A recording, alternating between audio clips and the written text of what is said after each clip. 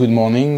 Today we have the pleasure of having with us Mohit Aron, who is founder and CEO of Cohesity. Mohit Aron, good morning. So maybe we're going to give a quick overview of your company because most of our readers don't know yet Cohesity. So you were founded in 2013. You launched your first product 2 years after that, 2015. You raised $410 million in four rounds. You are about 800 employees, and you are targeting what you call secondary storage. Yes. And when somebody asking you what's secondary storage, basically you say that's everything which is not primary storage, right? Something like that. But secondary storage is all the data that are not in production. So is this description kind of give a nice overview of your company? It is a nice overview. We also like to say that secondary storage is everything that's non-SLA driven. So if you send a request, if you always expect the response back within, let's say, 5 milliseconds, that's probably what belongs in production as primary storage. Everything else, which happens to be 80% of the data that we have, falls in secondary storage. And probably the growth of data storage is in secondary storage more than in primary storage, right? That's right. Typically, customers have 20% of their data in primary storage and about 80% in secondary storage. And secondary storage grows something like 50% year over year because everything goes to secondary storage. And it includes backups, it includes archival, it includes test and development, it includes object storage, it includes a lot of what we do in both filers and analytics. So the idea of your company is you are, well, first of all, you were a co-founder of Nutanix, which explained what you're doing a little bit in a way, and you're observing that data in companies are in silos; they are very fragmented, and of course, with the solution we have, NAS, for example, NAS systems, it's very difficult to have a unified view of all these data. So the idea is to develop a system that will be able to expand in one global system for secondary data. Is that the idea? Yes. So we live in a legacy age where we have the problem of what we call mass data fragmentation. Everything lives in different silos. Backups is one or more silos. Today, when you go buy backup systems from companies, from legacy vendors, you have to probably go to 3 different vendors. One to buy backup software from, then you buy storage from another company, then you need another product on which to run the backup software, and once you fill it up, you have to buy another one as a silo because today's backup systems don't scale out.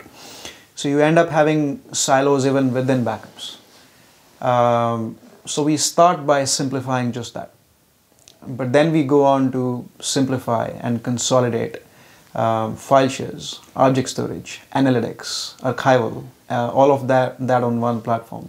The best way to understand our vision is to look at what a smartphone did to the consumer space. Before the smartphone, we all used to carry a phone, a music player, a GPS device, a camera, a flashlight, and so on and so forth. And the smartphone came and it consolidated all of that on one platform. We're trying to do something like that for secondary storage. Well, it looks to me that Rubrik is using the same idea of iPhone for secondary storage. To give us a quick overview of the portfolio of products you have, which is, not so large that we can mention all the products. You have data platform, you have data protect, you have the data platform virtual and cloud edition, you have Helios, and then you have the last one, analytics. Could you give us a quick explanation of each of them? Yes, but let me address, there are other backup vendors. I would like to say that they're trying to build a good flip phone when we are trying to build a smartphone. Okay. But a smartphone has to be great at being a phone. So we believe the best in breed in doing backups. But we're not just a backup. We do more than backups. When all other competitors try to just do backups. Okay. So that's the difference between us and even the newer vendors. Okay. Now, coming to your question about the various components we have, Again, the easiest way to understand that is to draw an analogy to a smartphone. So we have a platform called the data platform that consolidates all of secondary storage. Just like the smartphone consolidates a phone, a music player, a camera, and so on and so forth. The smartphone also gives you a single UI to manage all these workloads. So we have rolled out Helios. We've announced Helios a month back, which is the single UI that can be used to manage all of this. Is it just a UI, or is this also management software for managing? Yeah, it's a management software. Okay. It's a management software that's SaaS-based. It can also run on the platform itself, but it can be that single pane of glass, that single UI that can give you visibility into everything that you have, multiple clusters. So it is management software. It's not just a UI. But of course, the users interact with it using a UI. So you can have Helios for managing, as a unique UI, and for managing different data you could have on premise, yes. You could have on Amazon, you could have on Azure. Absolutely. I mean, it doesn't matter where they are. They all use as one platform, yes. From that Helios UI. That's right. And just like the UI that you have on your smartphone gives you the ability to also maybe run some apps on that platform, Helios gives you that ability. It can give you predictive analytics. It can give you the ability to run basic apps for finding patterns through the data, and any other apps that potentially can work on the data. So it gives you all those abilities. So I suppose you have agreements with all the cloud provider we just mentioned, right? And all of them have a solution you are offering on their own system. Yes, we work on all the major public cloud providers, the Google, GCP, Azure, and Amazon. And we're at different varying parts of building a partnership with them.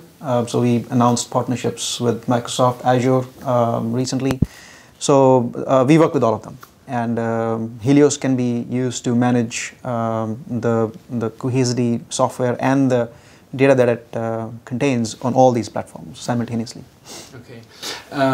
So and also we mentioned analytics, which is also a software-based product. I mean, a SaaS product, I suppose, available on those platforms. I remember when I met you 3 years ago, you were explaining the strategy of the companies that you were starting to sell, the basic thing that which is a difficult problem to solve for a company, which is backups. So they have different backups, you mentioned that, and then they have to have like a unified solution for that. So you're starting with that, and then you are expanding to other applications, if that's the case. And could you give us some different use case of that strategy? Yeah. So I'm a big fan of doing companies that start with an entry point that addresses a very specific problem. And once we've solved that satisfactorily for the customer, then we grow and basically do land and expand into solving other problems. Let's take a few examples. Again, coming back to the smartphone had to be a very good phone to begin with. But once I was happy with the phone that a smartphone brings, I started using it as a GPS device and as a camera and so on and so forth. My last company, Nutanix, their entry point was VDI, virtual desktops. And once customers liked Nutanix as a virtualized platform for running VDI, then they went on to do hyperconvergence for the rest of primary storage. So Cohesity's entry point is backups. So we start off by simplifying backups, bringing Google-like scalability to backups and Apple-like manageability, very simple to manage. But once we've done that, once we have made sure that customers' backups look very simple, the next thing we tell the customer is, why should backups just be an insurance policy? Why should they just sit there in the data center and do nothing except when you lose data or when you need to retrieve data for compliance? Why not now use it for more things? For example, how about using it as a filer? How about putting your non-mission critical files on this, maybe log dumps, image dumps, corporate file shares. They can sit on Cohesity. When you've done that, maybe you'll start using it also as object storage. Maybe you also start doing some test and development on this. Start doing some simple analytics on this. We are a big fan of the philosophy, let's move compute to the data, not the data to the compute. Because today in the legacy world, people have all these silos. They take the data, copy it into each silo, and then run compute on it. That's moving data to the compute. We are saying keep the data in one place, create logical clones, and move compute to it. So that's how you can run analytics on top of this platform. Do you have an example of companies that are doing all these use cases Yes. in your systems? So 92% of our customers are using us for more than just backups. I'll give you some examples. Many of our federal customers, the US government, they use the apps we run on the platform to search for classified information. So if they have some classified information that was stored by mistake on the platform, or they need to just retrieve something, they will use an app that searches for classified information. There is another customer that stores high fidelity videos on us. But what they want is once the videos are more than 3 months old, those videos be converted to low fidelity videos. And that's done by running an app on this platform that searches periodically for any videos that are now old, and in the background it will convert them to low fidelity videos. So those are just some examples of running analytics on this platform, going beyond just backups. So you mentioned Nutanix, saying that you were part of Nutanix. Yes. At that time. They started with VDI, and then they were doing a lot of other things. That's the case for you now, but backup is still the entry point when you see a customer. But when you see the customer, you explain to him that you can do a lot of different things, and he will be able to evolve in what you're offering. We always describe the vision that we can do way more than just backups, but we also tell the customer that let's not boil the ocean. We want to be masters of one trade at a time. Okay. We want to come in and first solve their backup problem, because we can't go ahead. If I didn't like the phone in my smartphone, I would not use anything else, right? So we want to make sure that they are very happy with our backup abilities. So one thing at a time, doing it very well. Doing it very well. So I like to call it masters of one trade at a time, and not trying to be jack of all trades. But once we are happy with being masters of backups, then we do another thing well for them next, and then the next thing, and then the next thing. And this is how we land and expand. Okay. You have partnership mainly with two vendors, HPE and then Cisco.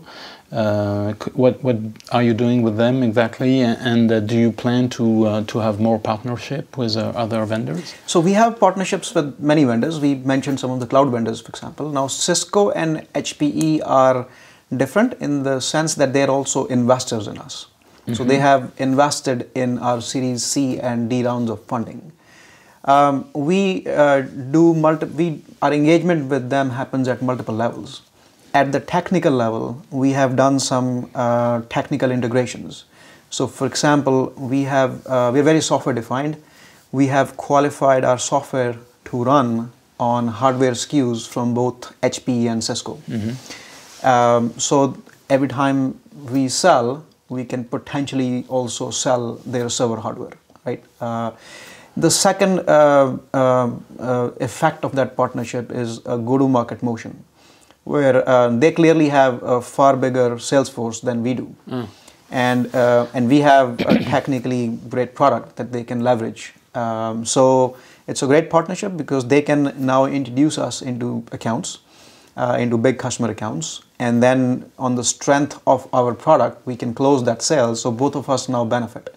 They are able to sell their hardware, we sell our software, and we are able to penetrate a relatively large account with help from both sides. So with the close tie you have with these two companies, there is no project to have other partnership with different vendors? Oh, there's always scope for more partnerships. Okay. But these are the two that we've announced in a big way. Let's talk a little bit about the French market. Yes. You've here maybe a few months, and do you already have some customers? And are they doing the same thing that you're doing with the other customer, more mature in the US, for example? Yeah, so the French market, we are new, as you said. We have recently set up a sales team. The companies and customers here are very interesting. It's a very mature market, and we are very hopeful that we will do as well or even better compared to what we've been doing elsewhere in the world. We already have tens of customers here. We are done revenue already in a short time in multiple millions of dollars. And we hope to replicate our success elsewhere in the world here in France. So when you say a mature market, what do you mean exactly by that? It means that when you explain what your vision and your solution, they understand right away the benefits they can have from that? So our solution, our product is very secular. Anyone who has lots of data will benefit from our solution. And what I mean by mature is there are companies in France who have lots of data and who immediately recognize the problems that we are here to solve, namely mass data fragmentation, all the problems I described about products from legacy vendors. So as soon as we describe our vision and as soon as we offer what we can do for them, even as a start, that first entry point, it immediately resonates with them. And that requires maturity, and that requires that these customers already understand technology quite well. And France also happens to be one of the biggest TAMs or total addressable markets within Europe. So that's what is very interesting to us, and we want to really do lots of business here in France. Okay, well, I think we did a pretty nice overview of the company. Mohit Aron, thank you very much. Thank you, G.